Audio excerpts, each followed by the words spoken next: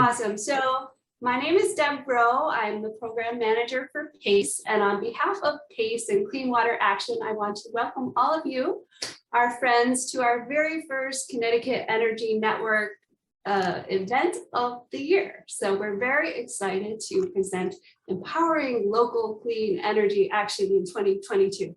That's a mouthful, but we thought it was a very appropriate topic. Everybody's making their New Year's resolutions and starting new initiatives and new goals. So we have 3 objectives here today because we all share the same mission, right? We all want to help Connecticut transition to 100% clean, renewable energy. So PACE wants you to know that we're here to help. We're here to support you. So the first part of this session will be showing you our brand new handbook. So Mark will share that. So pretty exciting. We've already started to receive some feedback about that and we want more. And then the second part, we're going to look at how we can expand, strengthen, build our Connecticut Energy Network. And then Bernie will talk about more of our resources. And in the end, we're going to have an open discussion, hopefully share some great tips amongst ourselves, some goals, some ideas for what's coming up in all of our energy task forces in the new year. So with that, I am going to stop sharing and let Mark Scully take over. Great, thanks, Deb. So I'm going to mute everybody. And we'd love to open up things for conversation later. Let me see if I mute everybody. Does that mute me as well? No, it looks like you can. I'm not muted. So great. Well, thanks, Deb, for that introduction.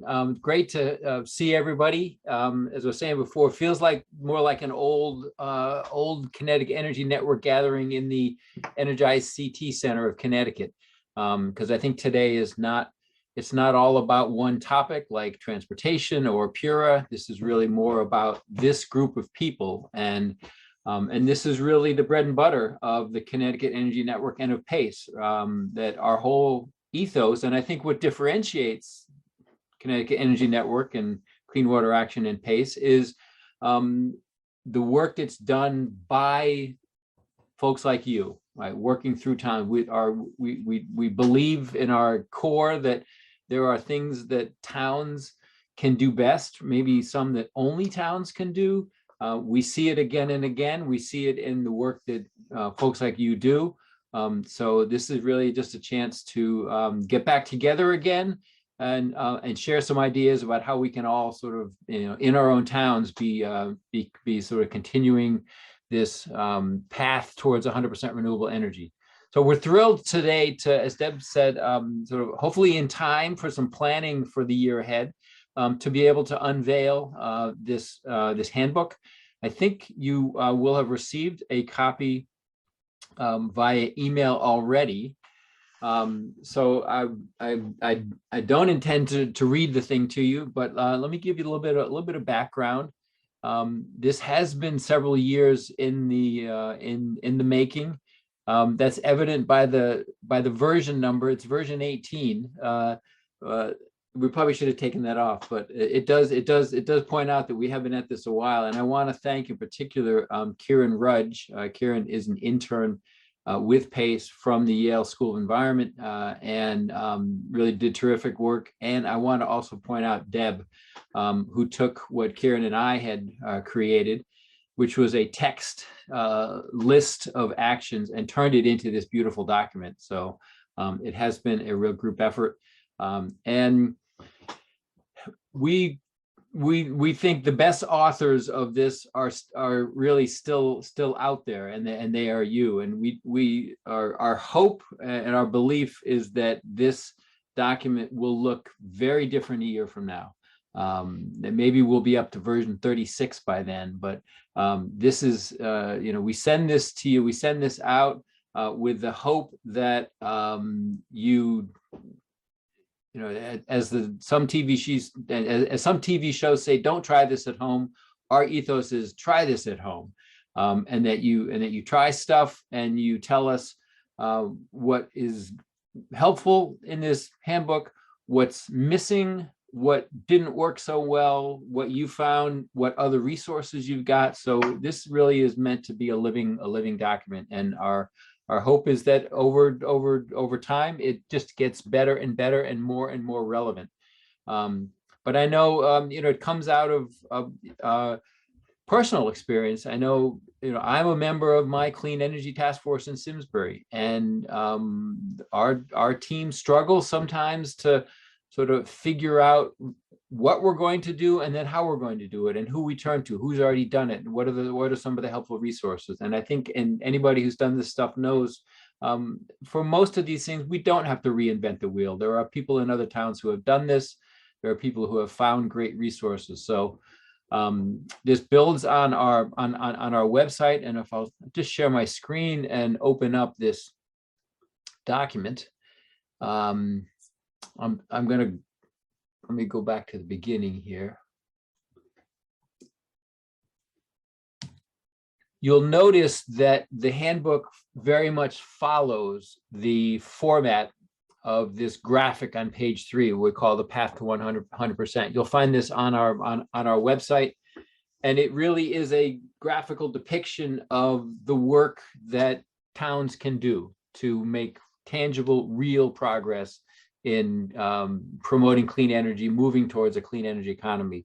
And the basic steps are initial project organization, get your team together, do some baseline analysis of your town's energy usage, put together a plan, engage with the community, and then get to work on these. We've got 6 building blocks here, and you can do them in whatever order works for you. Promote efficiency, heating and cooling, transportation, renewables, community power, and the electric grid. And then, of course, as you go along, do your course correction. So the handbook follows that same format. That's the format that, if you go to the website and click on any one of these boxes, you'll get a bunch of resources too. But here, really, they're all sort of in one document. And again, I'm not going to read the thing, but maybe just a sort of a flyover. What you'll find, I think, for each section is a bit of a description of what we're talking about, and then hopefully some helpful resources,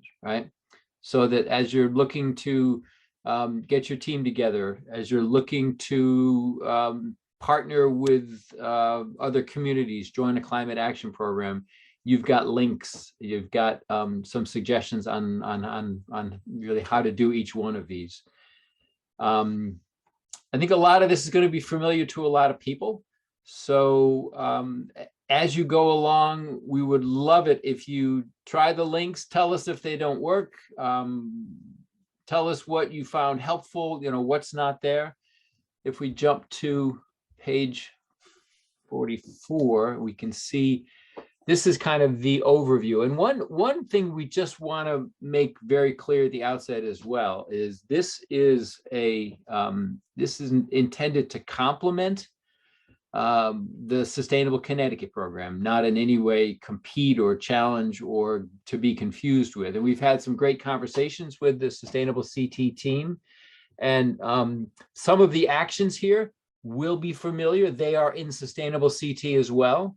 And we've tried to point that out. I think on the, I scroll down a little, there we go. This Appendix B points out, to the extent we're able to, where some of the overlap is, where you'll find an action also in Sustainable CT. Where in these cases, we strongly urge you to go to the Sustainable CT website. And there are links here, because Sustainable CT is a fabulous program. It's highly successful. What is it? Something like 80 or 90 towns are now certified, and thousands of actions have been carried out, and they've got great resources for these actions. So turn to Sustainable CT wherever there's overlap, but Sustainable CT is much broader, right? It's sustainability very broadly defined, whereas we're really focused here on clean energy. So again, here's the detailed list of actions that a town can carry out. And really, what I want to do today is, as I say, I'm not gonna read the thing to you. We're thrilled to unveil the thing and to put it in your hands. And we've already gotten some really good feedback from folks, including some typos, and some of the easy stuff we fixed already. Some of them were some more substantive questions about, gee, do you want to be maybe considering a longer discussion of geothermal, or bunch of, we've already gotten some feedback. Some of it we processed, some of it we haven't. So we welcome your comments. Again, what's in there, what's not, what works, what doesn't. And at some point, probably in a couple of months, we're going to take all that feedback and we're going to sit down and do another version of this. And I think, our hope is that this isn't something that just sits on the shelf, but it's something that you hand out to your clean energy task force, to your sustainability team, that these become the actions that you're carrying out. At some point in the future, what we'd like to do is set up some system for identifying what towns have done these actions. We're not going to go to the length of a sustainable CT where you get points and you get certified. We're just not set up to do that. But it might be helpful for a town if you're saying, yeah, I'd like to do an event to promote electric vehicles in town. Might be nice to know what other towns have done that, and who you could reach out to. If you're looking to do an efficiency campaign in your town, be great to know that Kenny Foscue has done that. He's done that a couple times. He's done it well. He's already got all the materials. So we thought, let's let the handbook go through a little bit of revision, because my guess is it's going to look a little different when we start getting, when people like you get it in their hands and start really kicking the tires on it. But at some point, we want to set up some kind of a form so that you can report to us on what are the things you've done, and are you willing to put your name as somebody that someone could reach out to get your insights. So that is the Path to 100% handbook, and I really am just thrilled to be able to put that in folks' hands, and would look forward to your feedback. So I would open it up for questions or discussion right now, and I think you should be able to unmute yourself. If not, raise your hand with the raise hand feature, and I will unmute you.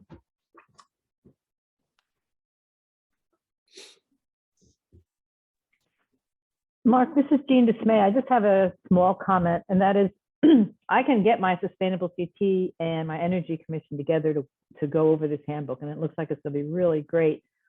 What the missing piece is, as always, is I need a staff person at Town Hall.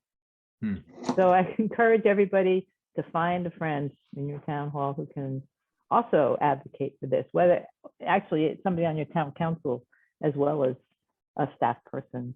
That's how it's going to move forward and actually happen.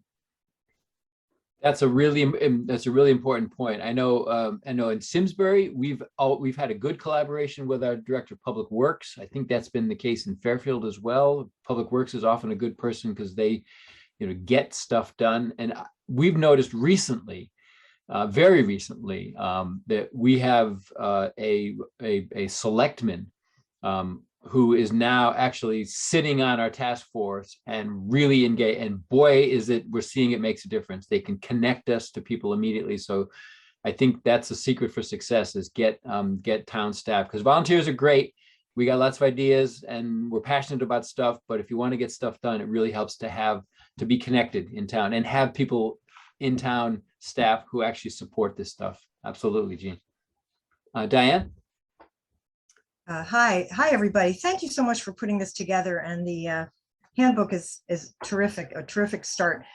Two quick things. Number one, because, and this is something we spoke about before, or I spoke about, and that is number one, because our towns are currently probably almost done with the first draft of capital and operating budgets, this would be the time, if you haven't already, to try again for the staff support or a contractor support. It doesn't have to be full-time staff initially. I know some towns have started with part-time, but it is important also to find those allies. But even if there's no staff person, do they have a budget for meetings or improving their own, at least lead by example? Number two, in the future, and I'd be happy to help with this, many people on this call are on sustained energy task forces that became sustainable task forces that the towns supported.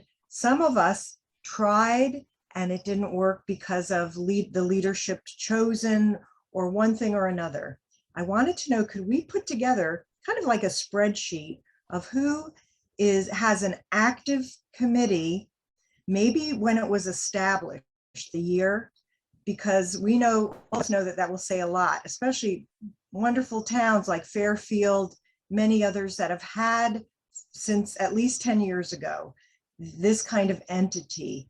Also, is this entity town supported, or is it now a not-for-profit? Because that has become the way to get things done as well. And I think that would be very helpful to those of us that haven't given up yet and are going to try again.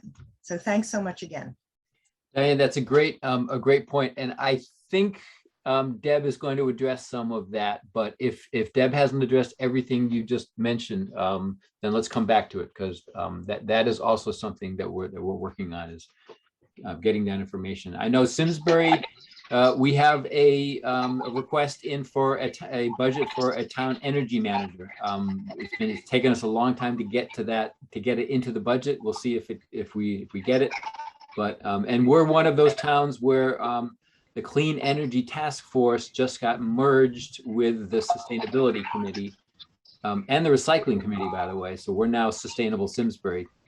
It seems to be a bit of a trend. Great. Any other questions or comments? Oxanne. Hi, Mark. Thank you for this. This is awesome. I can't wait to read all of it. Mark, Share it. this is Michael Harris. Okay. Is this coming from me? Or no? No, that was Michael. Michael, we'll let Oxanne go, and then you. Okay. So one thing I was gonna try to add to this is one of the strengths of the Sustainability CT website is you can actually, you can learn about the different actions, but also go and read about sort of good practices, examples and in various details. So I wonder if we could create a more kind of living document or a shared sort of depository where we could share some of the experiences of individual towns. And it won't be as maybe comprehensive as the Sustainability CT, or we may not have someone keeping track of everything, but sort of like a bottom-up sort of approach where people, different towns could share their experiences. I don't know if it's possible to create something like that. That might be a good thing to accompany this this great work that you guys have done. It would. Thanks for that, Oxanne. And we, at the very least, we want to start to gather some information about who's done what and who can you reach out to. But I like the idea of also sharing resources. So we'll take that on board and see if we can pull that off. Michael. Yeah, thank you. I just wanted to quickly share my perspective. I'm one of those towns that went the part-time contractor for energy matters. And it occurred to me actually just this morning, and first of all, looking at your handbook, it's amazing. It's, it's what I strive to do, but there's plenty for me to learn from that handbook as well. But it really describes what I consider to be my role for the town. And I just wanted to say that, in my opinion, this is going to sound like I'm kind of blowing my own horn, but I have saved Middletown so much money, but I haven't convinced them for me to become the funnel for some of those savings to start paying for the sustainability things we need. Can everybody hear me? Because I see like some frozen faces. Yes, hear you, yes, Michael. yep, we hear you. Good. You know, and I think that, so the position of an energy person can represent the funnel to at least get credit accounting wise for some of the savings that you're creating by being in that administrative position, that analysis position, that advocacy position, and those savings can then should be turned towards more of this work. And I know I have work to do to try to convince Middletown to do that. But I'm sure there are plenty of towns that are in the same position that, you know, the simple addition of a part-time person could generate significant savings that can then be used to further the program.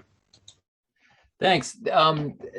I think the whole topic of town energy managers, full-time, part-time consulting, and the role they play, the job description, the economics of how they tend to more than pay for themselves, that is on the short list of webinars or future meetings that PACE wants to do. So I think let's try to follow through, and because I think that would be helpful to a lot of towns is who are maybe interested in going down that route. So thanks, Michael. Kenny. Am I unmuted? Nope, we hear you. We hear you. Okay. I sent this in earlier, and I know this is difficult. And first of all, it's a great handbook, and thank you so much. But when I look through it, it doesn't really, especially in terms of the photographs, show the diversity of people in our state. I mean, it's pretty much all white folks in terms of photos. And as we really try to work with urban communities, you know, it might be helpful to send more of a message, you know, that around that, and maybe even have some focus on some of the writing on terms of addressing these issues in larger cities. Yeah, thank you for that reminder, Kenny. And one thing I forgot to mention, please send us pictures that reflect the true diversity of this movement, right? We've already gotten some, but we've got, unfortunately, some stock photos in this handbook, and that's a shame. For an organization called People's Action for Clean Energy, we really don't have a lot of good pictures of peoples. So send us your pictures, particularly those that, as we say, reflect the true diversity that is out there. Yeah, I'll just jump in on Kenny's point. I think, unfortunately, the Caucasian nature, let's say, of the photos represents us at this moment. I think this has been a challenge.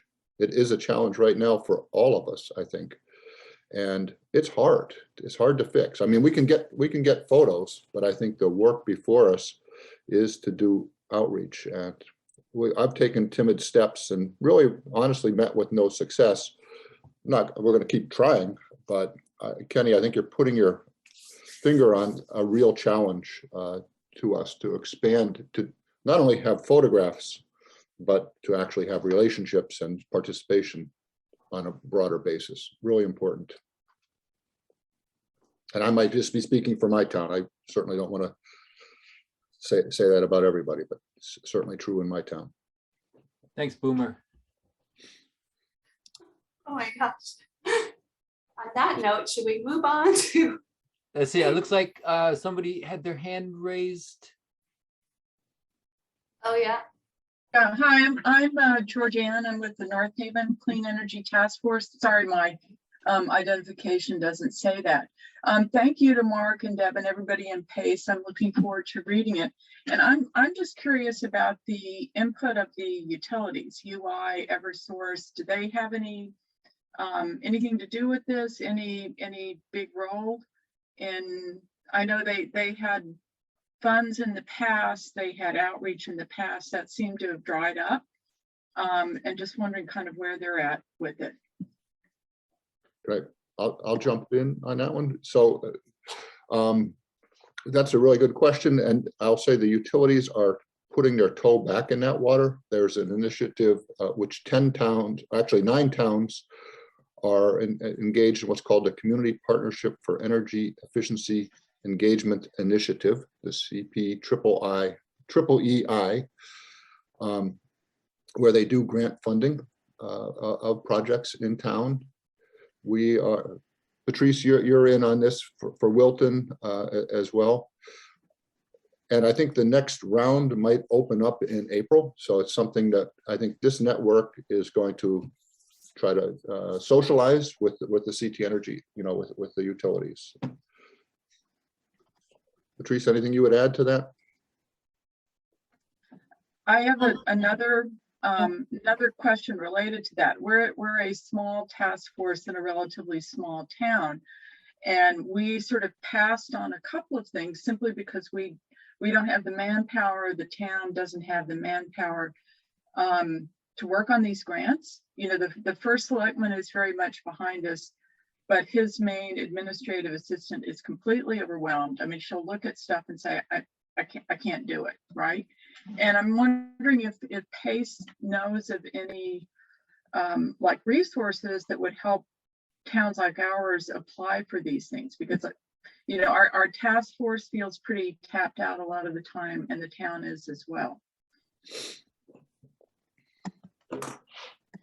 Bernie, I think you were quite helpful with coordinating some responses to these community partnership grants. But I would say in general, please reach out to us. If we don't have an answer, we'll put it out to the network, and maybe there's an opportunity for partnering with other communities, or some towns now have successfully won grants and might be willing to share their submitting documents. So there's all kinds of ways that this team, this group, will rally, I'm sure. Great. Deb, you wanna